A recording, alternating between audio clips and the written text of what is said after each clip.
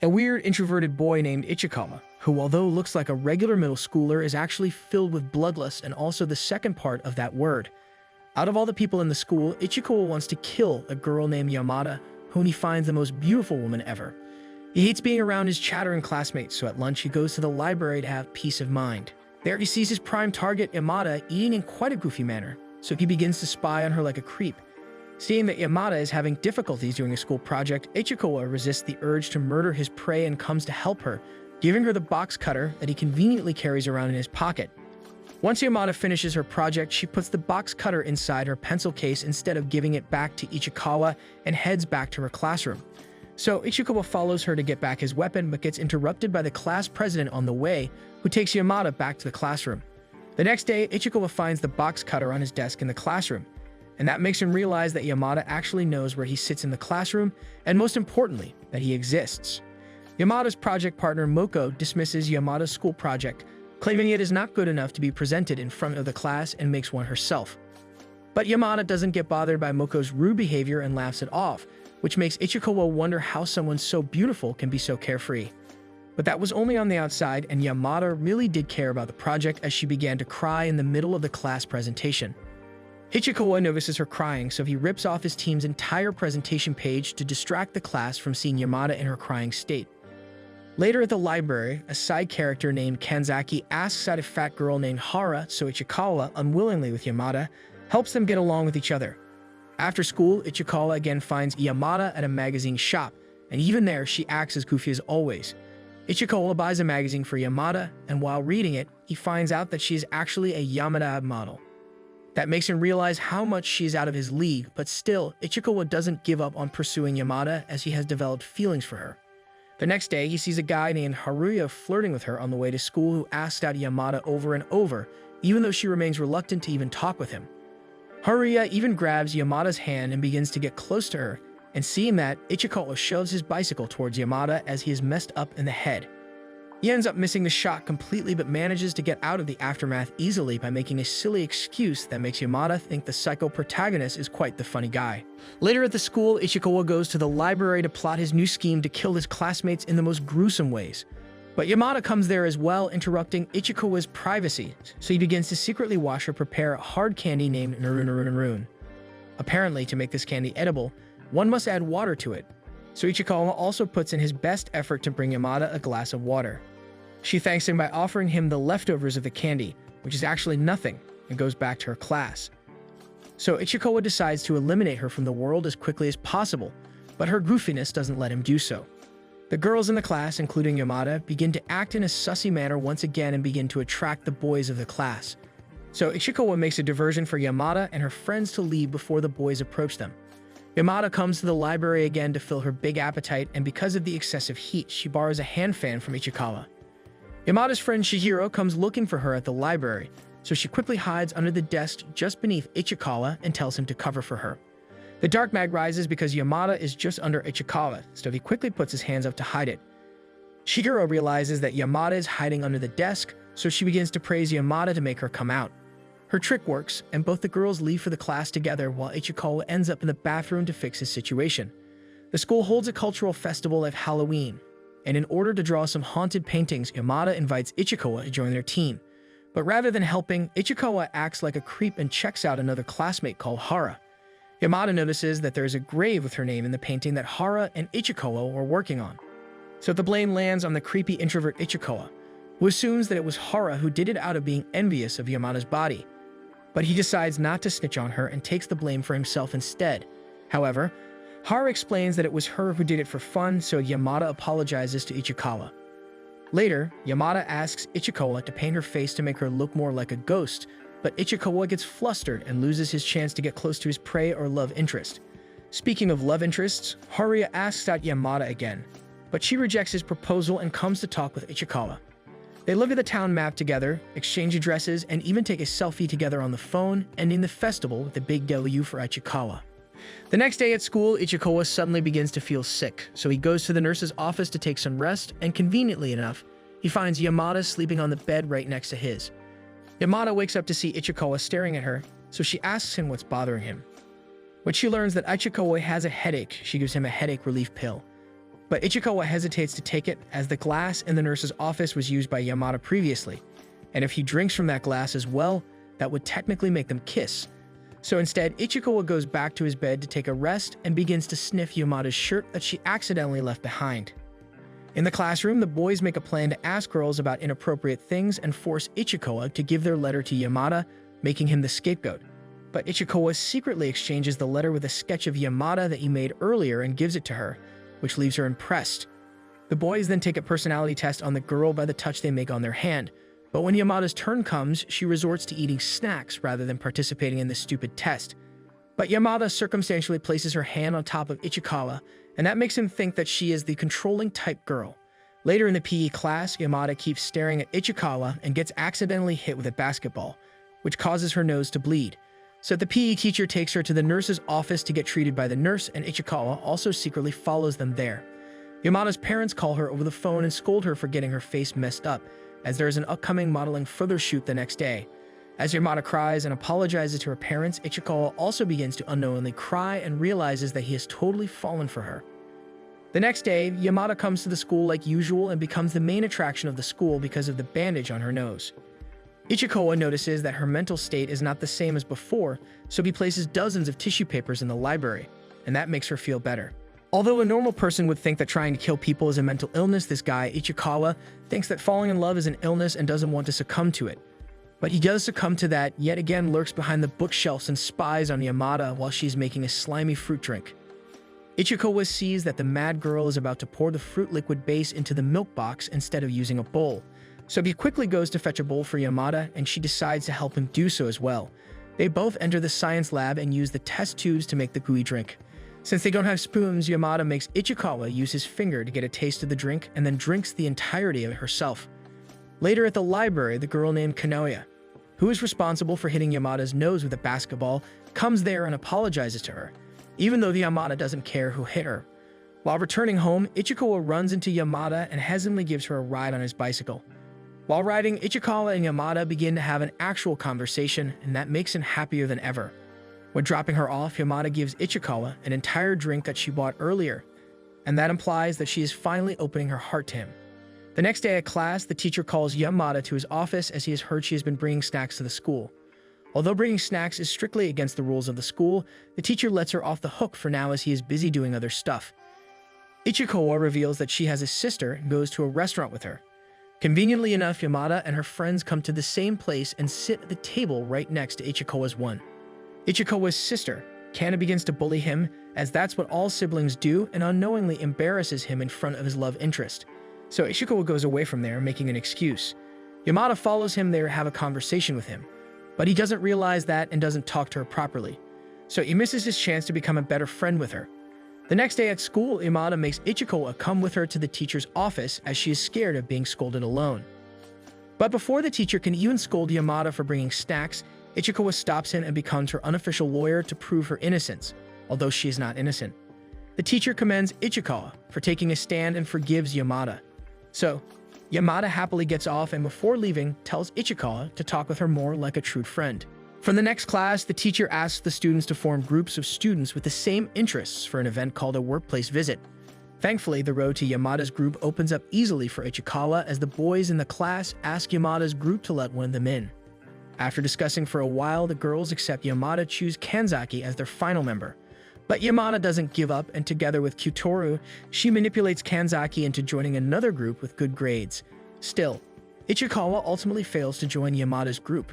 Later at the library, Hara reveals to Yamada that she is going out with Kanzaki and asks her for relationship advice. Even though Yamada allegedly hasn't dated once in her life, she shows Hara the ropes to get the attention of men, all the while Ichikawa is eavesdropping on them. The rain begins to fall, and that makes Ichikawa wonder if he would be able to share an umbrella with Yamada one day. Thankfully for him, Yamada didn't bring an umbrella to school as her inventory is always full of snacks only. But our protagonist uses a raincoat instead of an umbrella, so he gives his raincoat to Yamada. Yamada thanks him for his help and promises to bring him back an umbrella to return the favor. After leaving, Ichikawa notices that Yamada has forgave her bag at the school, so he brings it to her, drenching in rain. But then he notices that Yamada did bring an umbrella with her, and that makes him realize that she lied in hopes of sharing an umbrella with him. Along with the umbrella, Yamada also brings a lot of snacks and shares one with Ichikawa. Ichikawa realizes that he's about to fall in love with her at this rate, so he gets ready to leave, but out of nowhere, Yamada tells him that she really likes him. Anyway, thanks to Yamada's influence, Ichikawa becomes a member of her group, and they together go to visit different workplaces. At the comic book store, Ichikawa unintentionally reveals his obsession with anime, and that makes Anna surprised as she has never seen him so happy before. While returning, the elevator gets too crowded, and that thankfully helps Ichikawa get close to Yamada. She even leans in unintentionally towards Ichikawa, but he, instead of going for a kiss, gets out of the situation and changes the topic by talking about anime instead. He goes for a bathroom break, and when he comes out, he finds that everyone except Yamada has left him. They quickly rush for the train, but it departs before they can get in, leaving both the shy protagonist and his girl alone in the city. Yadama gets emotional for missing the train, even though the next train is just several minutes later, so to calm her down, Ichikawa buys a milk tea for her, but that doesn't seem to work. So Ichikawa apologizes to her for going to the bathroom and makes her unintentionally laugh. They share the next train together, and Yamada subtly asks Ichikawa if they should go out sometimes. Since Ichikawa is too wimpy to answer, he remains silent and instead buys her more snacks to eat. They return to their group, and everyone ends up apologizing to both Ichikawa and Yamada for leaving them accidentally. The next day, Yamada waits outside of school for Ichikawa and gives him some comic books, as she knows that is what interests him. But she ends up spoiling the entire story unintentionally, so Ichikawa doesn't get too excited to read the comic book. Ichikawa doesn't realize that Yamada was waiting for him, so he sends her back, thinking she was waiting for someone else. Later at the library, Yamada sees that Ichikawa is reading a horror book instead of the comic book that she gave him. So she goes to take the horror book from him, but intentionally ends up giving him a hug. Because of the height difference, something beautiful happens for Ichikawa, so he becomes thankful that he's falling in love with Yamada. After returning home, he begins to read the comic book given by Yamada, but fails to concentrate, so he takes the book to school to read it there. A guy named Adachi, noticing how close Yamada is to Ichikawa, asks him if she is dating someone. Adachi claims that he likes Yamada, but ends up revealing that he only wants to get his way with her. So Ichikawa walks away from there and goes back to class to watch the beauty goddess instead. Later at the library, Yamada and Ichikawa see a sign put up that says that eating is strictly forbidden from now on. But that isn't stopping her from eating secretly, and yet again, she brings out some snacks to eat. At that moment, the library teacher comes there, and noticing her, Ichikawa quickly grabs Yamada's hand so that the teacher doesn't see the food in her hands. His plan works, but he no longer wants to save Yamada every other time. So he tells her to lay off her snacks from now on, knowing that she might get offended hearing it. But Yamada, instead of listening to his words, hides the snacks from him. But because of her sloppiness, Ichikawa catches her eating once again and realizes that she is never going to change. Ichikawa looks up Yamada's name on the internet since she is a model and discovers that she appears on TV every week, which once again makes him realize that she's way out of her league. Later, at the school marathon practice, Yamada tries to run together with Ichikawa. But since Ichikawa is a proud man, he thinks he should run faster than a woman, so he tries to run faster than Yamada. But it seems Yamada is more of a man than Ichikawa is, as she quickly catches up to him and even outruns him. But in the end, both of them wound up losing the race because they were only paying attention to themselves. After the PE class, Ichikawa realizes that they have accidentally switched their shirts, but it's too late as Yamada has already worn them. He tries to tell her several times that she is wearing his shirt, but she acts as if she doesn't understand what he is trying to say. Yamada only returns the shirt to Ichikawa after school and reveals that she intentionally wore it the whole day. They jokingly measure their height and weight, where Ichikawa gets embarrassed because of his height and Yamada gets embarrassed for her weight. The next day at school, Ichikawa learns that Yamada just got a big break by getting a role as an actress for a feature film, and that makes him realize that she will most probably leave the school soon. So he wants to cherish the time he has left with Yamada. The class teacher changes the seats for the students, so Ichikawa prays to God to make Yamada's seat next to him. Thankfully for him, Yamada's seat is up right next to his, but because of that, his sight of the blackboard gets blocked. Yamada acts irritated all day because Ichikawa's seat is right next to another beautiful girl named Hara, so Ichikawa unknowingly assures Yamada that she is the only girl he is interested in. Later at the library, Ichikawa brings up the part where Yamada is going to act in a movie. She excitedly tells him everything about it and goes to a cramped-up room to have a private talk about it. Unfortunately, nothing exciting happens in the room, and Ichikawa only learns that she will be filming the movie in the next 2 years. At night, Ichikawa watches the weekly TV show that Yamada takes part in and feels relieved after seeing that she is getting no screen time. He realizes what a pathetic, insecure loser he is, so he decides to change for the better. Yamada acts the same as always the next day at school and creates a mess for Ichikawa to clean up yet again. The test results come in and Yamada reveals that she has gotten good scores, all thanks to Ichikawa's help and tutoring. Yamada's friend Chihiro also asks Ichikawa for help and gets tutored by him at the library. Chihiro mentions how much of a goofball Yamada is, and that makes Ichikawa chuckle. But Yamada gets jealous, so she claims that she has also made Ichikawa laugh a lot. Soon the parent conference meeting is held at the school, so Ichikawa comes to meet his mom but hides when he sees that she is sitting right beside Yamada and her mom. Ichikawa notices how strict Yamada's mom is, so he gets hesitant about whether he should even go there. On the other hand, Yamada hesitantly talks with Ichikawa's mom and feels happy that, unlike her mother, Ichikawa's mother is a heartwarming person. Later at the library, Yamada tells Ichikawa how adorable his mother is and comes real close to learning more about her. They study together, and while doing so, the library teacher again comes there, so Ichikawa whispers to Yamada, telling her to hide her candy. But because he got too close, Yamada got flustered and failed to speak a single word. Rain pours again, and once again, Ichikawa runs into Yamada, who has brought an umbrella, unlike him. She offers to share the umbrella with him and unknowingly caresses his face. So to make it less weird, she makes Ichikawa wear a poly bag on his head. Ichikawa heads back home to find out that she has left her bag on his bicycle. He sees that there is female hygiene stuff in the bag, so he quickly rides back to where she was originally thinking she might urgently need it and gives her the bag. Yamada whispers to Ichikawa that she isn't actually on her period, but she still thanks him for bringing it back to her. Ichikawa gets a fever from drenching in rain, so he misses the next day at school. Yamada comes to his house to check up on him, and Ichikawa offers her to come inside for coffee. He goes to change his clothes in his bedroom, but he falls unconscious while changing because of his fever. So, Yamada helps him get changed while he is still unconscious, hugs him tightly, and then leaves before Ichikawa's family members come to the house. The next day at school, Yamada asks for Ichikawa's social media account, but he believes only family members should get it. She still desperately tries to tell him in different ways that she just wants his number, but the blockhead doesn't understand that. As Christmas is coming soon, the girls want to find a boyfriend for their Christmas date. Motto thinks that they should ask for the boys' social media accounts. So Yamada tries to use this opportunity to again ask for Ichikawa, but Moko doesn't let her do that and suggests that she should instead ask for a hot guy like Ishimuro. Moko even pushes Yamada towards Ishimuro to grab his ID, and that makes Ishikawa finally realize that Yamada only asked for his ID earlier to get closer to him. At night, Ichikawa reads the comic book that Yamada gave him and practices the lines of the male lead in it. The next day at school, Haruya comes to disturb Yamada and asks her out once again. This time, Haruya tells Chihiro that he actually wants to go out with her and not Yamada. So Chihiro forces Yamada to go with her, believing Haruya's words. But she couldn't be any wronger, and Yamada too fails to make her understand that. At the library, Haruya's female friends come to convince Yamada that he is actually a good guy and ask her if she has a boyfriend, since she is unwilling to go out with him. Yamada shouts out loud that she is single and then looks at Ichikawa, telling him that she doesn't have a boyfriend. Although the friends of Haruya realize that Yamada is trying to tell Ichikawa to ask her out, Ichikawa himself doesn't understand that. Haruya himself comes there, so to make him go away, Yamada leans in on Ichikawa for a kiss. Ichikawa realizes that he was only being used by Yamada to make Haruya go away, just like Haruya used Chihiro to make Yamada come to him.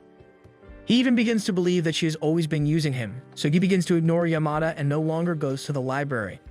He knows that this is just an excuse to hate her because he doesn't like the fact that he is finally getting close with someone. So he finally speaks with Yamada and hugs her to make it up to her. They return home together and Yamada again talks about her interests in food. As the winter break approaches, Yamada proposes to meet outside of school with Ichikawa and finally manages to exchange IDs with him. As planned, Ichikawa comes to meet Yamada in Shibuya and finds her eating snacks. They walk together side by side and instead of holding hands, they hold a bag together. They then enter a busy restaurant and wait in line for their turn to get a table. Ichikawa hesitantly compliments Yamada's hair and even calls her cute. After waiting for a while, they do get a table, and after seeing the menu, Ichikawa realizes that not only is this restaurant busy, but it is also rather expensive. And not only is he ugly but also broke, but not to worry as Yamada orders a giant cake for herself. Before taking a bite, she asks Ichikawa to take a picture of her eating and even makes him take a video of it. He gets upset thinking that she's about to upload these pictures on the internet, but Yamada actually only wanted to send them to him. He keeps looking at his phone, so Yamada tells him that he should look at her instead since they are on a date. After making Yamada pay on the first date, they go on a shopping trip. While Yamada is trying on her new clothes, Kana comes there at the same shopping mall. So both of them quickly hide in the changing room. Ichikawa is complimented on how beautiful she looks in her new dress, so she decides to buy it. After a little hide and seek with Kana, they both begin to walk back to their homes. While heading back, Ichikawa tells Yamada that he enjoyed their date today, even though he made little to no contributions to make her happy. He tells her that he is not used to going on something like this, as he is quite introverted. Yamada knows that already, so she thanks him for opening up to her and gives him her red scarf to turn him completely into Mikasa. Anyway, they take the train, and because of the crowd, Yamada finally holds Ichikawa's hands and doesn't let go for the night. They awkwardly walk together without saying a single word until they reach Yamada's house. Before leaving, Ichikawa tries to wish her an advance Happy New Year, but she stops him, telling him they should do that on New Year's Eve. The new year finally comes, and a literal hell falls upon Ichikawa, as he gets forced to go to a restaurant with Horiya's group. Apparently, 4 days ago on Christmas morning, Ichikawa went on a vacation with his family. After reaching there, Ichikawa goes for a walk in the snowy woods and accidentally falls off an edge. Later in the evening, his sister finds him taking a nap in the snow, and when he tries to get up, he realizes that he has broken his right hand. Thinking that his injury might make Yamada laugh, he sends her a picture of his broken hand. Seeing it, she immediately gives him a video call to make sure that he's okay, not noticing that she is not fully dressed. Ichikawa's sister sees them talking over the phone and gets jealous of her younger brother as she doesn't have any friends herself. His sister doesn't annoy him for having a girlfriend and goes to sleep instead. So Ichikawa goes back to texting Yamada and calls her once again. After talking for a while, Yamada tells him to pat his own head 3 times because she cannot do it herself. Anyway, before returning to Tokyo, Ichikawa buys a gift for Yamada, a simple dog keychain. Just after returning home, Ichikawa immediately goes to meet with Yamada and sees that she has a pet dog who looks just like the dog in the keychain. So he decides not to give her the dumb keychain. They go out to walk the dog in a park, but when they reach there, they instead sit on a bench, holding hands. Ichikawa hesitantly gives Yamada the keychain, and that makes her a lot happy. Since that day, the two have constantly texted each other, and their bond has even grown stronger.